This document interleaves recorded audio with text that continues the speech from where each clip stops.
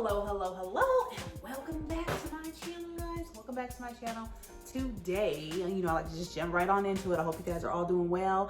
I hope you guys are feeling happy and healthy and safe and doing the best you can under these crazy circumstances. So I've got me a smoothie in my little cup. Excuse me, I need to take an allergy pill. Today, we are making pot roast. You saw the title. We're making a quick pot roast in the Instapot, okay? So that's what we're gonna be doing. You ready? Come with me. Let's go over our ingredients. So for our ingredients, you guys, we're gonna have some carrots, we've got some red potatoes, some golden potatoes, some yellow onion, and bottom round roast. I also have here some beef broth, some roast seasoning, and to that I'm gonna be using some garlic salt as well as some thyme seasoning and a few other things. So let's get started.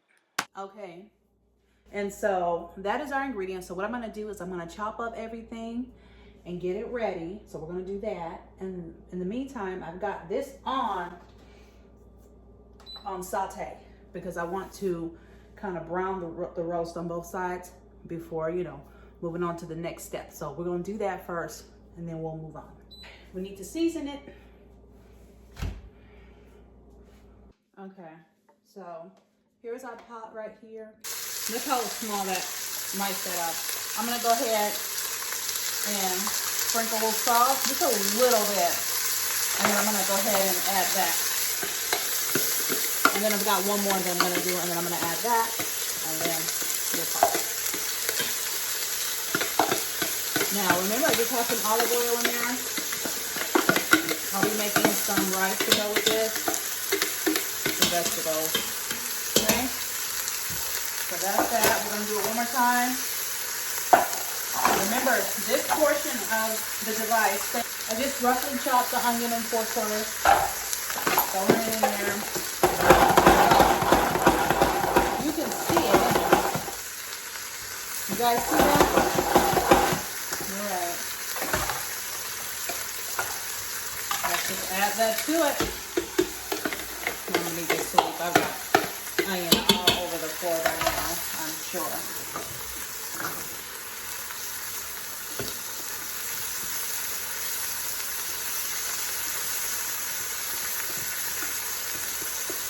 The only thing I don't like is these little notches in here because it stops you from being able to do a smooth swoop around the whole inside of the little bowl. So that's the only downer so far that I found. That, and then sometimes the blades will bend a bit. You'll have to manually, maybe with something like this in the back. But it was only like 20 bucks. So overall, I feel like it's still worth it. So we gotta flip this a few more times. Then I'm gonna start chopping up some of my other ingredients. Okay. You guys see that? See it? Going. It's on the counter. It's really on there too. And you can take this on and off, okay? So we're gonna do one more onion. Let me gather that quickly. We're done with this. We're done with that. Now getting it off, there's a little lever here you can pull to get it off. Okay. Back to sink. I'm gonna sweep up this mess and then I'm gonna start with the other stuff. I was gonna show you guys how it chops up tomatoes because it really does chop those up very well too. And you can't really say that for all choppers. All right, so I've got some carrots that I had in the freezer. Hopefully they're not too hard to cut. Pretty sure I'll be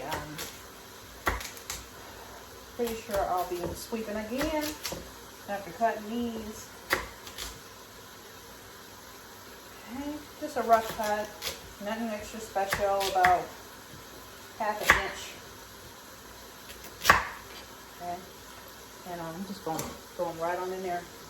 They're the hardest thing, so they're gonna need to be toward the bottom.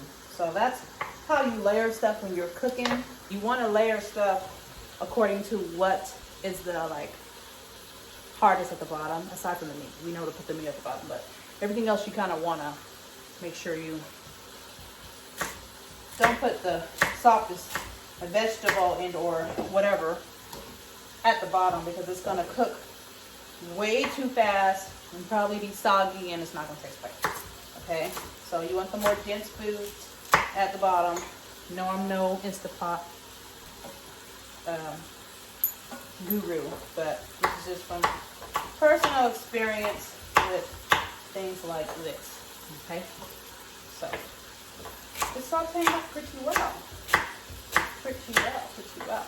So we've got our carrots. Do I want more? I'll do one more carrot. You know what else I like about this meal? I mean, yeah, I have to clean the cutting board and, you know, the chopper, but I don't have a whole bunch of dishes, and I don't have to get my my stove all dirty. I really sometimes don't like dealing with the whole stove situation, so I'm losing some of my carrots. So I'm gonna finish cutting this up, and then we'll move to the next thing. I hope you guys are all having a really good day, night, morning, evening, middle of the night, whatever time you're watching this. Because I know, like, for me, I love watching YouTube videos in the middle of the night when it's quiet. I love it. So if you're a night owl like me, shout out to you. All right, so we did those. Now we're gonna do the potatoes. Potato, tomato. Okay. We've got our potatoes. Again, just a rough cut. Now, I don't know, maybe some may know this, some may not. Red potatoes hold their form better than brown potatoes. Like if you were to make a regular brown, like golden brown mashed potato, it would be more mashed.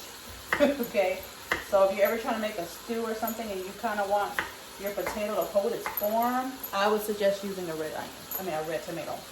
No, God, yeah, a red potato. Okay, so we're gonna flip this one more time.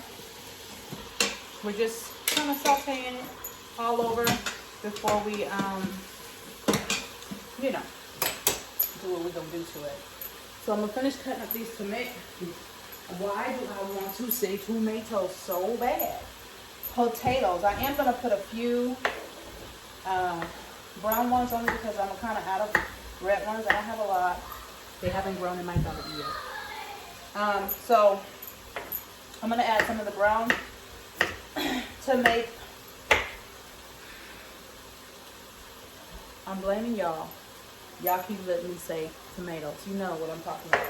Potatoes, okay? I'm going to add some more. All right. So we've got, I'm going to take it out. You see that? And set it here for a minute. I want to stir all of this. I'm going to stir all that up.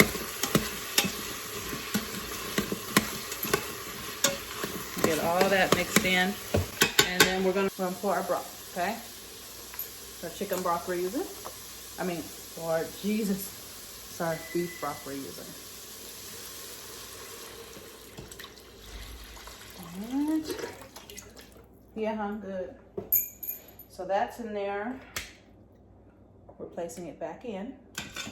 We've got our beef broth in there. We're gonna add our tomatoes. Oh my God, if I say that one more time. We're adding our potatoes, okay? We're gonna add a little bit more seasoning. Hopefully, we'll see. Huh. Honey's home. You wanna come say hi, honey? No. Yeah, y'all, one day he'll grace y'all with his presence, but evidently that day is not today. So on the Instapot, we're going to put stew. Should have a pork roast on here, but they don't. So we're going to push the stew. Just clear it. Stew. You see that? I cleared it. Now we're going to push the stew button. 35 minutes. Make sure your pressure gauge is closed. And now we're going to clean up our mess because we have made one. Look at the floor. Look at the floor. See this craziness? And so you guys, here is our finished product here. It was in the Instapot for about 35 minutes. I let it kind of naturally vent before I really pulled the plug on it. Came out pretty good. Now, as you can see, The brown potatoes are a little softer than the red potatoes, which is fine. I kind of really wanted a mixture of both. And I made some rice with it, and it came out great.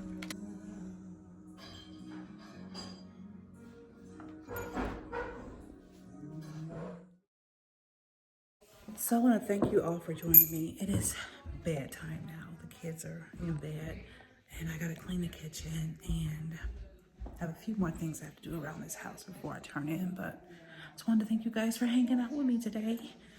I plan on doing some more filming this week. Hopefully, we'll see if we can get it in. And I will see you guys next time. The food came out really, really good. And I might eat some more. I don't need any more. You guys, I need a diet. That's what I need right now. I need a diet. So to try and keep your spirit up, okay? This is a tough time we're all going through right now for a lot of us. So do the best you can to kind of keep your spirits up and encourage someone else, okay? So stay wrapped in scraps, stay loving you, stay loving God, stay loving life, and I'll see you next time. Bye, guys.